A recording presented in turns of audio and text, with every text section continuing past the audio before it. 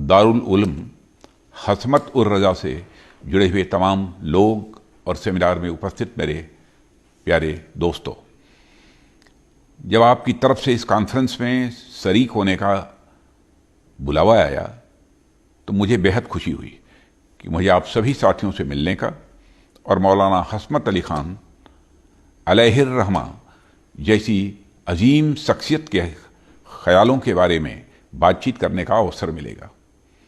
हालांकि कुछ ऑफिशियल व्यस्तता की वजह से मैं आप लोगों के सामने भले ही मौजूद नहीं हूँ, लेकिन वीडियो मैसेज के ज़रिए आप लोगों से ज़रूर मुखातिब हो रहा हूँ। इस मौके पर कुछ बातें जो मेरे ज़हन में हैं वह आप लोगों से साझा करना चाहूँगा। साथियों, जैसा कि आप सब जानते हैं कि उत्तर प्रदेश से जुड़े होने के कारण हम सबका गंगा जमुनी तहजीब से कुछ विशेष वास्ता है। यह तहजीब यहीं पर पनपी और यहीं से निकलकर यह लगभग पूरे हिंदुस्तान में फैली और मुझ पर तो ऊपर वाले की कुछ खास रहमत रही है कि मुझे उत्तर प्रदेश में भी लखनऊ का प्रतिनिधि होने का मौका मिला है, जिसको माना ही जाता है कि वह तहजीब का शहर है, वह मिली जुली सभ्यता का शहर है। सिर्फ लखनऊ और उत्तर प्रदेश ही नहीं बल्कि पूरे देश में कई शताब्दियों से लगातार अनेक संतों, सूफियों और फ़कीरों ने और महात्मा गांधी जी से लेकर मौलाना हसमत अली ख़ान साहब तक कई महान लोगों ने इस देश की एकता को तथा गंगा जमुनी तहजीब को और मजबूत बनाने की दिशा में काम किया है। ठीक यही विजन हम सबके माननीय प्रधानमंत्री श्री नरेंद्र मोदी जी का भी है।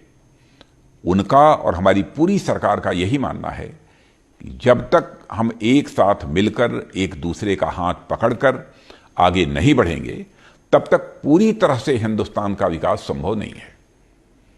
इसलिए हम सबका साथ, सबका विकास, सबका विश्वास और सबका प्रयास के रास्ते पर चल के इस देश की एकता को और मजबूत बनाने के लिए पूरी तरह से प्रतिबद्ध हैं। और साथियों, एक तरह से आप देखें तो यही हमारे हिंदुस्तान की खासियत भी रही है। कई हजार वर्षों से लगातार दुनिया के अनेक धर्म और मजहब यहाँ आए और आकर पानी में चीनी की तरह कुछ ऐसे घुल गए जिसने इस देश की आबो हवा को और मीठा बना दिया। दीपावली हो, ईद हो, क्रिसमस हो या फिर कोई भी त्यौहार हो, हम सब देशवासी आपस में मिलकर मनाते हैं, जो हमारी गंगा जमुनी तहजीब की ही एक मिसाल है।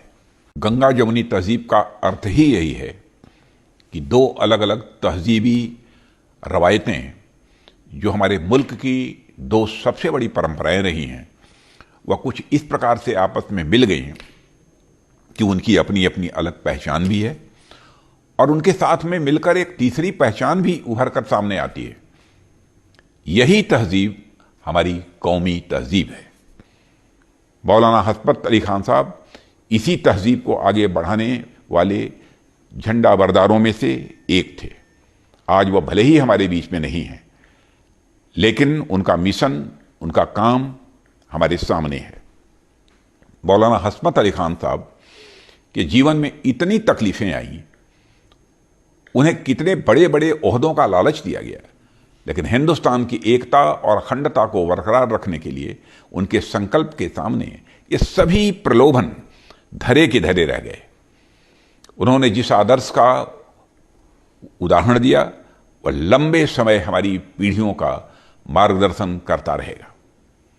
इसलिए उनसे प्रेरणा लेने वाले हर एक व्यक्ति को, चाहे वह हिंदू हो, मुसलमान हो या फिर किसी भी धर्म का हो, उसका यह कर्तव्य बनता है कि वह उनके विचारों को जिंदा रखे और इस देश की एकता को और आगे बढ़ाने में अपना योगदान दे।